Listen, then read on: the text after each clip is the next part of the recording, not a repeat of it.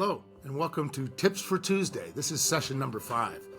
This one is about talent and talent attraction and retention and even more attraction. You know, attraction and retention, they're not about perks.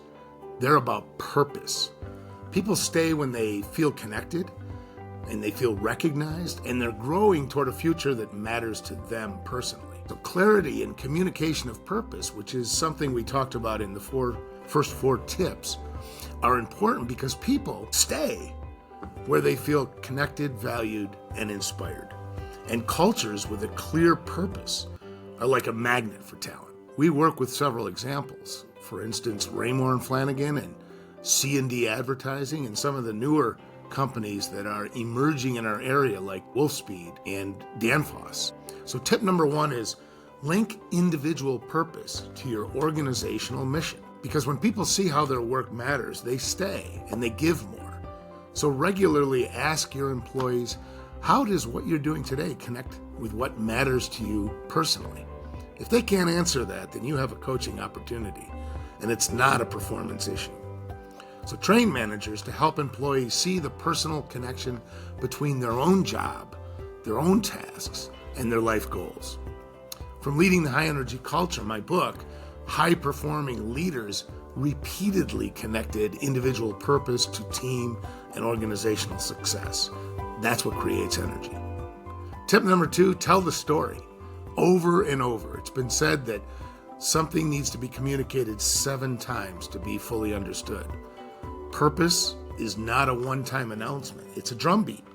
So leaders must recast their vision consistently in meetings, in casual conversations, during reviews.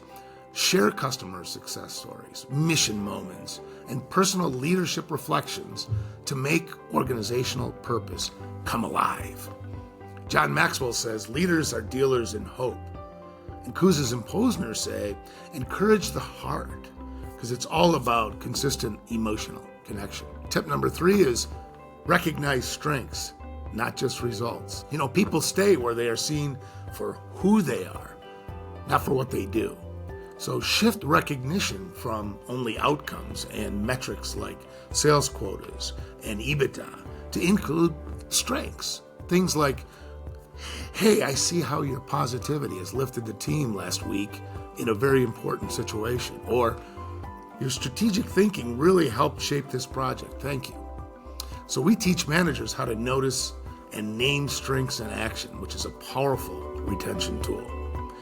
Gallup research through Clifton Strengths shows that recognition tied to strengths drives 2 times more engagement than recognition tied only to outcomes. Tip number 4 is build development pathways earlier. Retention isn't about what you offer at year 5.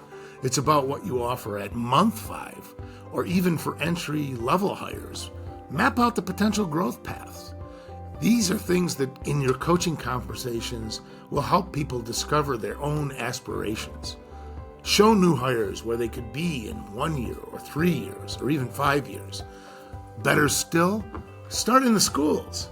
Let's give our students the gift of understanding what matters and giving them the gift of organizations that align with what matters to them. You know, talent leaves when they can't picture a future. So leaders must help them dream inside the company. Simon Sinek, well, he says, start with the why. And that isn't just for companies. It's for employees and for you personally. Now, what about more attraction? Well, when you do this right, you can expect to grow your business exponentially. The best players want to play on the best teams. And when they do, the teams tend to become dynasties. You want more leadership tools?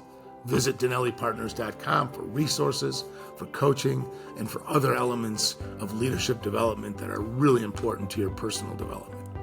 Thanks. See you next week.